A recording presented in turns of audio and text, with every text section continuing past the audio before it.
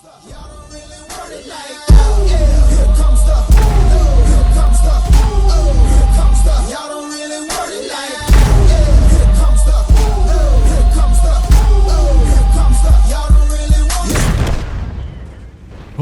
everyone, my name is John Smith, and welcome back to World of American Steel.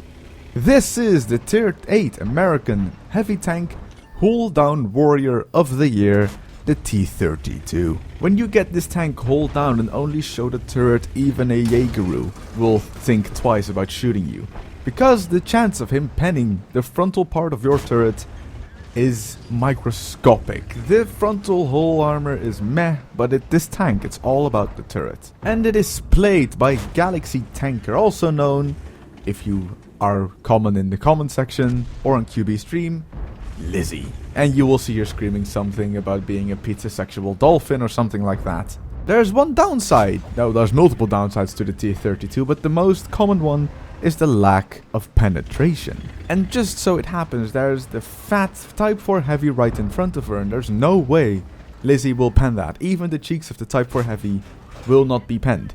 Now the Type 4 Heavy is a weird tank. It is heavily armored, completely useless at tier 10, because guns will have enough penetration to shoot it in the everywhere. However, it is overpowered against tier 7 and possibly tier 8, because Wargaming had this issue before with the motion, or there's a picture of it right now on screen, you probably remember it from patch 9.9.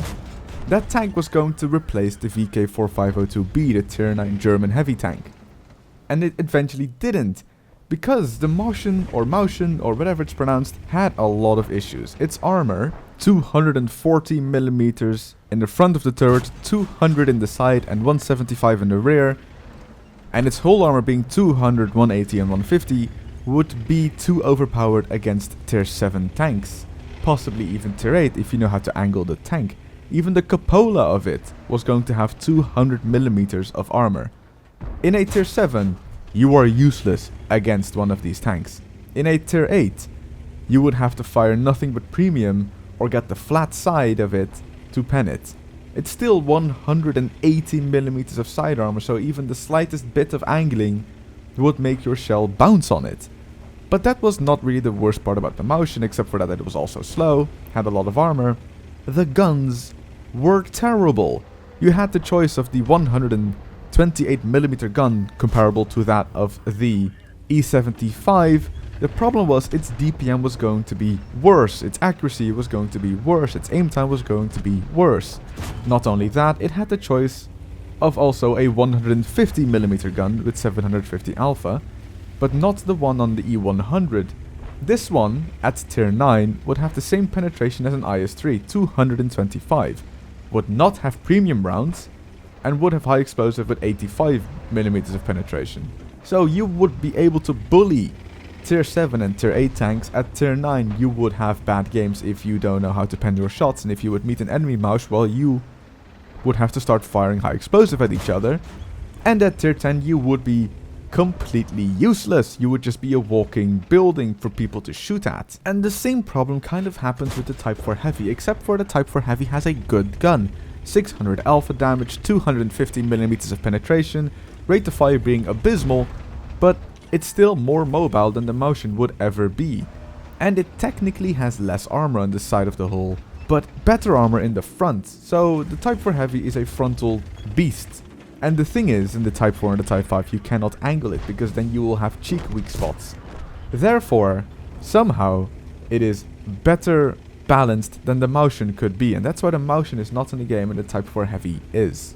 And not to mention, the Type 4 Heavy has premium ammo. But I'm not here to talk about the motion and or the Type 4 Heavy. Lizzie killed it a long time ago, firing premium into the side of the turret. And now it's a 2v4 with her artillery by her side. She gets some help with the T-55A, and the T-55A here makes a bit of a mistake. What he has to do now is track Lizzie. But he is panicking a bit, it seems, and doesn't even pen Lizzie.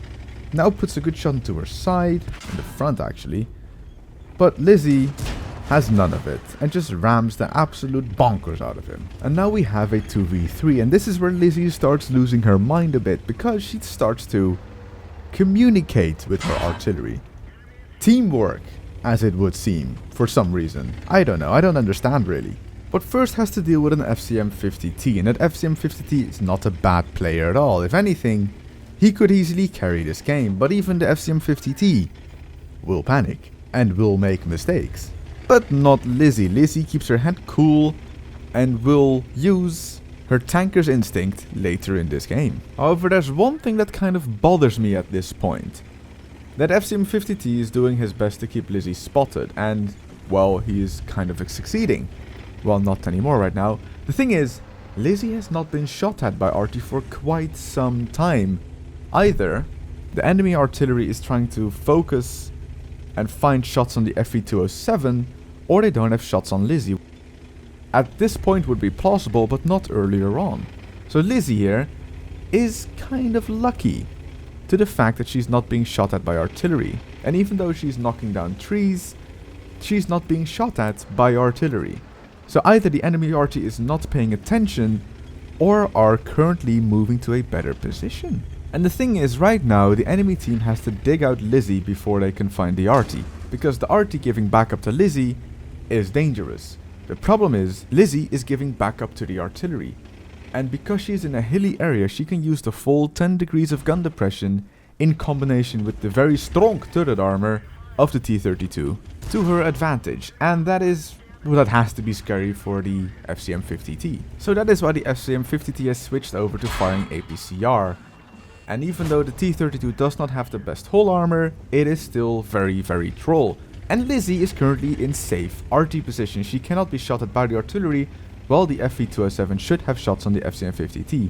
Thing is, he is not going to shoot the FCM50T because, well, Lizzie has no problem with chasing down people that sit in the open, basically waiting to be killed. And there, finally, because Lizzie drove out into the open, an artillery shot landed close to her, but not damaging her or anything. That's the problem with the T-32. Because it is a hold-down warrior, you have very little positions you can actually sit in and shoot your enemy. And because the enemy will see your turrets, they will keep you spotted. And like I said, the chance of the enemy penning your turret, shooting the cupola, is minuscule. They would have the best RNG of their lives to actually kill you if you are hull down. The problem is, artillery will have no issue with shooting a hull down T-32. Because you cannot be hull down from artillery. Artillery will shoot down upon you from the sky. Except for when they try to go TD mode like that Lorraine tried. The Lorraine, or French artillery, is very, very fast. Famous for going TD mode at high speeds. Thing is, the FE207 had the reflexes of a mouse on crack and killed the Lorraine before he got close to him. And that is how you turn a 2v4 in a 2v1. There's only the GW Tiger Pig left on the enemy team, and Lizzie, still communicating for some reason with her teammates, I still don't know how you do that, decides that it would be best for them to both cap, in case the artillery might be running. The thing what Lizzie seems to be forgetting here is that the GW Tiger Pig is not a fast artillery. Silly Lizzie. Slow artilleries are not known for driving outside of their own cap circle. If anything, the chance of him drowning himself would be higher than him being somewhere in a 9 or 0. So Lizzie, who loaded high explosive, is basically just driving towards the enemy cap to sit in cap and hopefully win the game. But surprise, surprise, there we find the GW Tiger Pig still waiting in base for, well, Lizzie to just come driving around the corner. But Lizzie, not being stupid, uses a dead tank. He will catch the HE shot to kill the last tank in this game.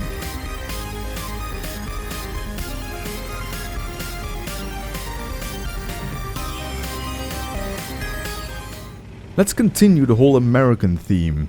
The intro was a American tank. The first game was an American tank. And that batch had is one lucky SOB for that shot to be a ghost shell. This is me playing the American Tier 10 totally balanced T110E5. And because this tank is perfectly balanced, the way to play it is to get into people's faces and scream, "Hello! I am T110E5. I am here to ruin your day." I know that is a Russian accent, but there is no fun American accent to do while playing World of Tanks. You cannot go like, howdy mate, I'm here. Wait, that's Australian. Why am I so bad at accents? Anyway, You get into... How did that bounce? How did I bounce the AMX 5100 with heat loaded? World of Tanks, you don't make sense. Maybe the AMX 5100 also got the HD patch and is now super balanced. Maybe.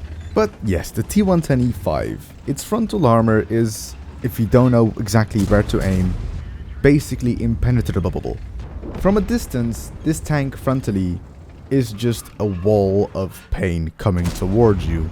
And that M103 had a bad game. I'm pretty sure he cannot wait to get the T110E5. And I have to still recommend the T110E5 for everyone that wants to play an overpowered tank at tier 10. This tank, if you don't put it in a bad position, will just completely wreck everyone. If you keep your frontal hull armor towards the enemy tanks, they will cry that this tank is, well, overpowered. Not only has it good frontal armor, its aim time and accuracy are actually pretty good, and its rate of fire is something that will make your enemies also cry about. 400 alpha damage with a DPM of 2800 with rammer and vents. That is pretty good actually for a heavy tank. And while this battle will rave on in the background and I'm driving back to base to defend the base from people well, assaulting that. Hey, look at that! What Romix 24, that guy, that E50M is at the Wargaming event in Rome, and the problem with those accounts is that you will never know who's on the other side. It could be someone that is actually really good at World of Tanks and wants to play tanks at an event for some reason that he has never played, or it could be a 12-year-old kid that could be just making mistakes left, right and center. So the thing is, he could be anything. He could be the best player from Italy, or he could be some 50-year-old man that is at the Wargaming event and just thinks, hey, what is this game? I might as well play it. I usually play World of Warships. So those players are always interesting to battle against, because XVM doesn't work for those accounts, because those are, well, accounts that don't have enough games to actually get an XVM rating. And even if they have an XVM rating, those accounts are played by, I'd say hundreds of people every single day if they are at an event. So that is something to look out for. I was actually going to start another thing before I start the What Romix guy. John and I are in QSF main. We have left QSF-E, as I said in the last video, the famed Stronghold video, because we have found that E, there was no challenge in E anymore. It was running. To be honest, after the last campaign, John and I both didn't enter that campaign because, well, the reward wasn't there, everything's meh. And main, we want to make main the clan that it has to be. It hasn't been for a couple of years now. When we think of main, you have to think of a, well, let's say the flagship of QSF. And it hasn't been the flagship of QSF for a very, very long time. Because either it had no good FCs, or something else was up. And John and I are in QSF main at the moment to see if we can make main great again. Hey! Something, Trump joke, you get it. Please, no politics in the comment section. Please. I made mistakes in my life already. So that is the reason why we got to play with Fame. That is the reason we are in QSF main. And interestingly enough, last weekend was my 2-year anniversary in the QSF community. I've started off in QSF-L, moved up to QSF-E, and in QSF main now. So that's an interesting development. It's kind of weird actually. Like, I started off just as a regular member, nothing special, no friends. Started off as a random viewer of QB, and I am now an EXO in probably what is supposed to be the best QSF clan. Weird how things in life go different ways than you expect, eh? Huh. And the worst part is the same counts for this exact game. Things happen in this game that I did not expect, that you will not expect, and make me sad in the face. The best part about not expecting things is that T10. He was so fast that I did not expect him to the left of me behind that rock. The best part is, with that FV down on the other side of the railroad, that means I can assault the absolute boobies off of this T10. Because that RT will not have shots on me. I still have my repair cat and abuse it and kill the T10. Now comes the problem with that Foch 155. He has not even been spotted yet and has a kill, which means that he is not AFK. And he has good stats, so he's probably not a bot either. Now I fake my way to go to the peninsula again, which I went to go earlier, but the T-28 went into the middle. I didn't want to go to the middle for a reason, and that is because I could get outflanked in the middle. The RT misses me, and, well, sorry Mr. Monster Music, but I have to kill you to, well, win this game. So let's chase down this RT and then have a 1v1 against a most likely full health Foch 155. The RT pleads in chat, but I don't care. Also, I'm only firing heat right now because I fired all of my AP. I did fire one heat at the 5100 earlier on that bounced, so that is what I get for firing heat. But now the best part is, if I still had AP, I would have still switched to heat at this point. If I have to face a Foch 155 frontally, I want to make sure that I hit and, well, pen my shots. Now at this point I'm thinking the Foch could either be in A5 or in A8. Very good campy spots. Those are the usual spots that tanks can be unspotted in. So I use the buildings and the hill to my left to stay in cover, when suddenly, surprise surprise, the Foch 155 is sitting behind this hill. And he's not moving. So, no, wait, he is moving, he's not AFK. Okay, good. Which means that we're going to go in for a 1v1 against a 155mm autoloading heavily armored French tank destroyer. And I am afraid of my life at this point. He's just waiting for me to poke out so he can shoot me. Oh, no, don't miss the first shot. But he's not coming out. Maybe because he mistimed his attack, maybe? Well, might as well poke out another time and see what I can do. This time actually aim and pen the shot. Again, I immediately move back into cover. But again, he's not driving out. He's not AFK because he moved. What is it? Mr. Foch 155, can you explain thine actions? Because how can he be AFK while typing me AFK? And then I notice he is probably being insulted in his team chat, and he just, because he doesn't like that, turned his side to me.